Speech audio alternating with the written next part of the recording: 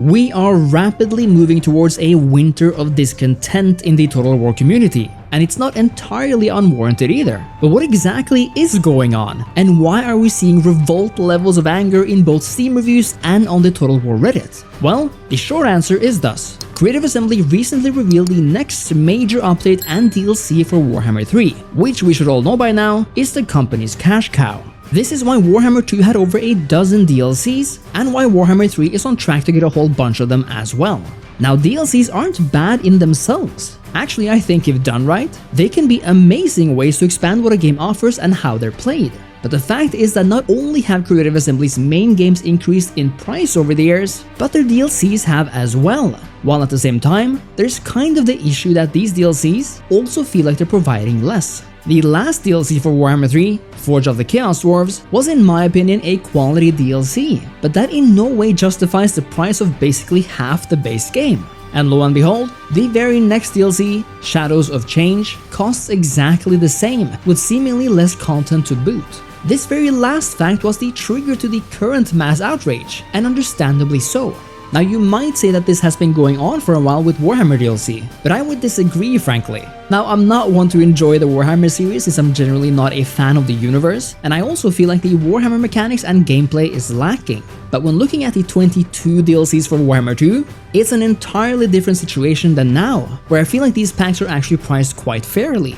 The two most expensive DLCs for Warhammer 2, which I believe content-wise are at the scale of the new Warhammer 3 DLC, are actually priced half as much as Shadows of Change and Forge of the Chaos Dwarves are, which does in fact make a massive difference. And I fully understand that if you love Warhammer and want more, then these DLCs do make up a good way to get more, for honestly not a lot of money per purchase. At least you can pick and choose if you favor some factions over others. On Reddit, the majority of new posts now revolve entirely around the issue of the Warhammer DLC and its price, with fans of the company and the game furious, disappointed, and confused as to why CA is taking this direction with pricing and content. One interesting post though talked about CA's internal finances and structure, that in fact while the company has expanded its employee base, its profits have shrunk somewhat in the past year, which can help explain why these two latest DLCs cost so much more than they used to. But let's get back to this point a bit later, and why it's confusing to understand CA's overall plans here. For you see, this is not the only issue CA is dealing with. A few months back, Creative Assembly announced Total War Pharaoh, a new historical Total War game set in the Bronze Age with a focus on Egypt and the Levant. Now, I'm not one to judge fully before I've tested the game to its fullest extent, but I won't deny that the Bronze Age has never been where I've dreamed of Total War going.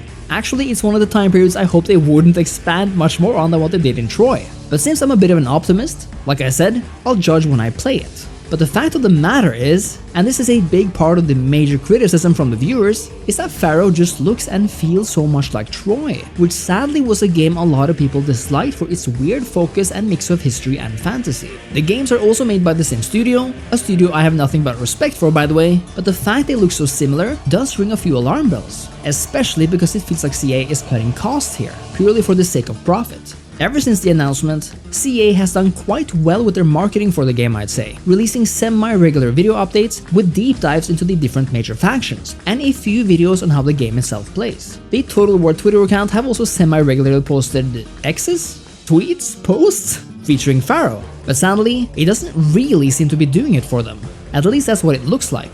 In terms of the Steam most wishlisted games list, Pharaoh, which remember comes from perhaps the largest strategy game publisher in the world, sits so far below other strategy games that it's depressing, especially because so many of these other ones are niche or mostly unheard of titles to say the least, like Viking City Builder.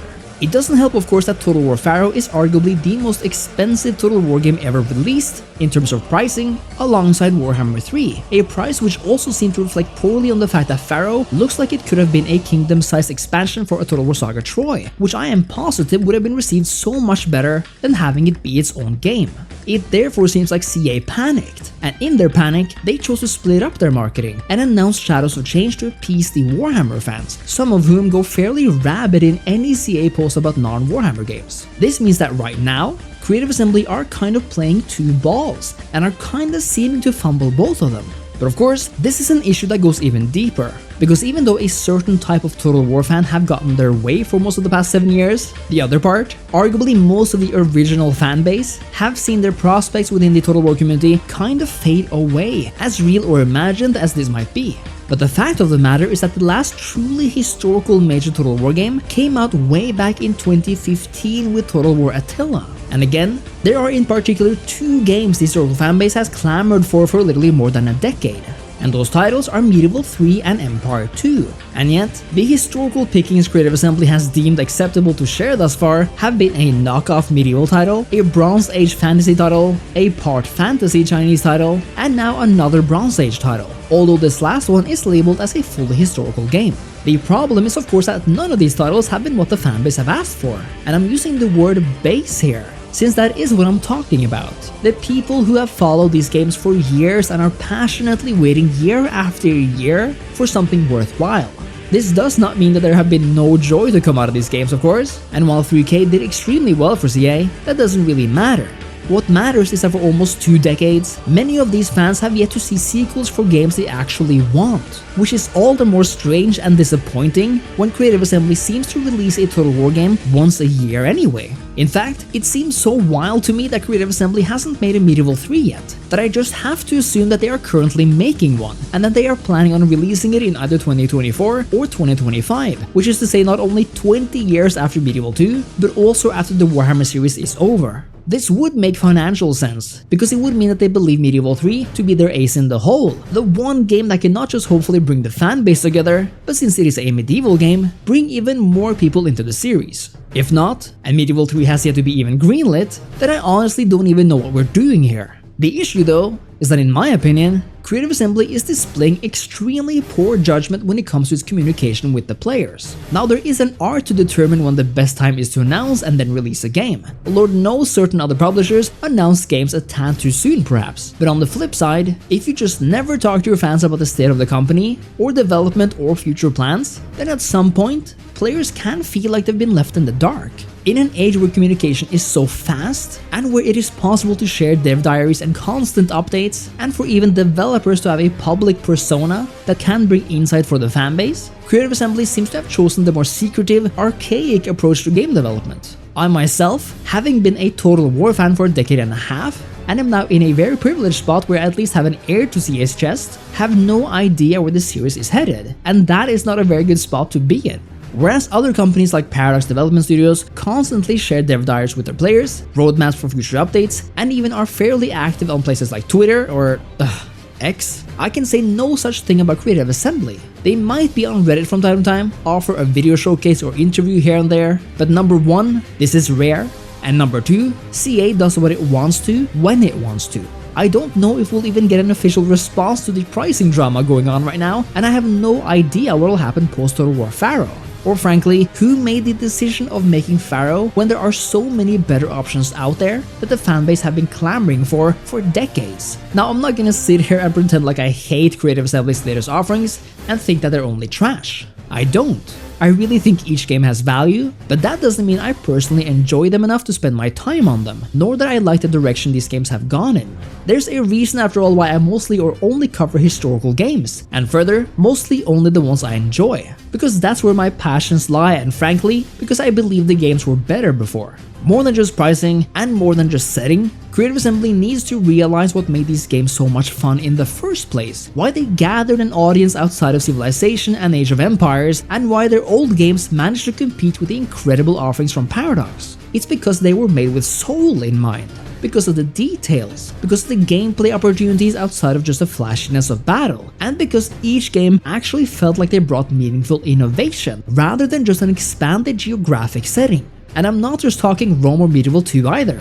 Empire was a massive leap for Total War, and had CA actually worked on this game a bit more and taken their lessons further, the past, present, and future could have been very different. I also don't know why they never really returned to the absolute polish and immersion of Shogun 2, which was an incredibly focused game that should have been used as a template, at least in aspects related to quality, for future games. Rome 2, whether you love it or hate it, was actually groundbreakingly massive despite its rough launch, but it too lost sight of what Total War used to be, namely that it gamified and simplified a lot of mechanics that players loved. In the end, video game pricing has been a hot topic point of conflict for years now, sometimes based on valid points, and other times not so much. Rising video game prices as a whole absolutely makes sense after all. They cost more to make, and inflation is a bitch. In fact, video games used to be wildly more expensive 30 to 40 years ago, and are dirt cheap in comparison today. But that doesn't mean that the content matches what we're getting, especially when a precedent has been set many times over in the past, or when compared to other types of rivaling content. It is, after all, quite maddening that a massive and complete game like Baldur's Gate 3, arguably one of the biggest games ever made, costs just double of what a seasonal Warhammer 3 DLC costs, which really showcases where we're at and how sometimes pricing can just feel like a random number chosen by an executive from a magician's hat. Creative Assembly and the publisher Sega needs to think long and hard about where it wants to go with the series, not just with pricing, but also in terms of content, because for the past 7 years, it hasn't really felt like Total War anymore.